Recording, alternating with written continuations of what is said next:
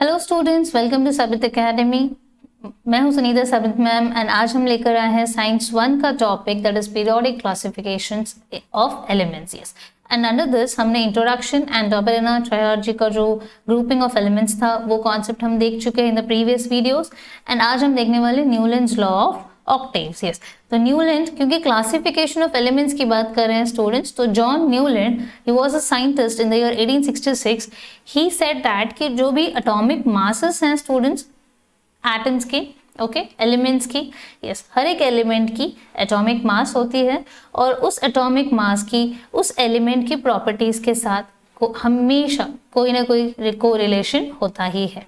Okay, in the year 1866 जो Newland जी हैं, जिनका नाम है जॉन न्यूलैंड, उन्होंने एलिमेंट्स की अरेंजमेंट्स की कैसे, in an increasing order of atomic masses. ठीक है, न्यूलैंड डॉबलिनर ने भी ऐसे ही की। ठीक है, इंक्रीजिंग ऑर्डर में अरेंजमेंट्स की। फाइन, इंक्रीजिंग ऑर्डर में एटॉमिक मासेस की increasing order of atomic masses में एलिमेंट्स की अरेंजमेंट करने के बाद ही फाउंड दैट कि सबसे पहला जो छोटा होगा भाई वो सबसे पहले आएगा। हाइड्रोजन से शुरुआत हुई arrangements of elements in an increasing order of atomic mass. Hydrogen से शुरू होती है एंड खत्म होता है थोरियम पे जाकर। Yes, so starts at hydrogen the lightest element and ends up with thorium the highest atomic mass. While this arrangements, ये अरेंजमेंट करते वक्त न्यूलैंड जी ने एक चीज ऑब्जर्व की। वो क्या? न्यूलैंड जी ने एक चीज ऑब्जर्व ये की कि हर सेवेंथ पीरियड के बाद, सेवेंथ एलिमेंट के बाद जो एट्थ एलिमेंट आता है वो फर्स्ट एलिमेंट की प्रॉपर्टीज की सिमिलैरिटी प्रॉपर्टी शो करता है, सिमिलर प्रॉपर्टी शो करेगा। I am repeating, 7 elements arrange कर दी इंक्रीजिंग ऑर्डर में। जब हम एट्थ एलिमेंट हम ऑर्डर में लगा रहे हैं उस वक्त न्यूलैंड जी को एक चीज स्ट्राइक होती है। वो क्या है कि भाई जो फर्स्ट एलिमेंट है जिसका एटॉमिक मास हमने इंक्रीजिंग ऑर्डर में अरेंज की थी, फर्स्ट यानी हाइड्रोजन से शुरू हुई, 7th पे खत्म हुआ। जो चलिए एग्जाम्पल लेते हैं, हाइड्रोजन पे शुरू होती है, ठीक है, first and second lithium, third beryllium, boron, carbon, nitrogen, oxygen, fluorine and so on. ठीक है, ऐसे उन्होंने अरेंज करना शुरू किया। तो हाइड्रोजन के बाद जब 7th एलिमेंट खत्म होता है, 8th आएगा, वो कहते हैं कि फर्स्ट की प्रॉपर्टी की तरह 8 दिखा रहा है। तो चलिए यहाँ पे एक एग्जांपल लेते हैं। टेबल लिया हुआ है हमने, लिथियम जो कि फर्स्ट मेंबर है यहाँ पे according to Newlands law of octave, first element is lithium. ठीक है, अरेंजमेंट करते वक्त in a group of 8, lithium similar property show करता है टू दैट ऑफ सोडियम। जैसे सोडियम और लिथियम एक दूसरे की प्रॉपर्टीज फॉलो करते हैं। ठीक है, यानी लिथियम की जो प्रॉपर्टीज होगी सोडियम की भी वही प्रॉपर्टी होगी, पोटेशियम की भी वही प्रॉपर्टी होगी क्या? यस। ठीक है, क्यों? क्योंकि उनका कहना है कि अरेंजमेंट्स कर रहे हैं हम 1 to 7 एलिमेंट्स। ठीक है, तो 7th के बाद जो भी 8th एलिमेंट आएगा वो फर्स्ट की प्रॉपर्टी शो करेगा। तो ये भी तो यहाँ पे फर्स्ट है, फिर ये 7th है, तो 7th के बाद पोटेशियम 8th हो गया, तो 8th एलिमेंट जो है वो फर्स्ट के ग्रुप में आ जाएगा। Fine students, so can you understand, यहाँ पे फर्स्ट एलिमेंट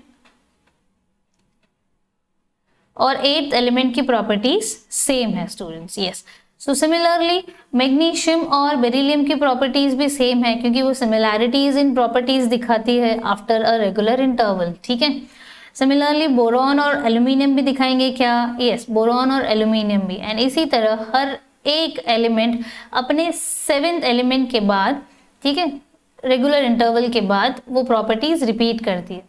तो यहाँ पे फ्लोरीन जो है स्टूडेंट्स, और फ्लोरीन फर्स्ट एलिमेंट अगर यहाँ पे हम इसे कंसिडर करें तो after 7th this is the 8th element.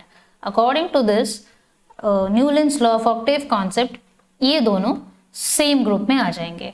Fine, तो यहाँ पे आप देख सकते हो स्टेटमेंट लिया है हमने यहाँ पे, fluorine and chlorine, okay, so shows similarity in their properties and that's the reason they are placed one below the other।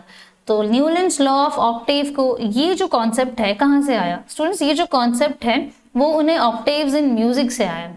Okay music में हम देखते हैं ना, हिंदी के म्यूजिक अगर देखें तो उसमें 7 सुर होते हैं, यस, जैसे हम कहते हैं सप्तक, फाइन, सप्तक सा रे गा मा प the knee, fine, after seventh note 8th जो होगा वो फिर से सा होगा, है ना, 1 2 3 4 ये 7th हो गया, सा रे गा मा प द नी सा अगेन।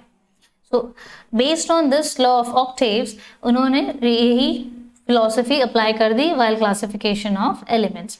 तो डो रे मी पा सा सॉरी सो ला टी, अगेन टी के बाद आएगा डो, इसे हम कहते हैं ऑक्टेव्स इन म्यूजिक, यस।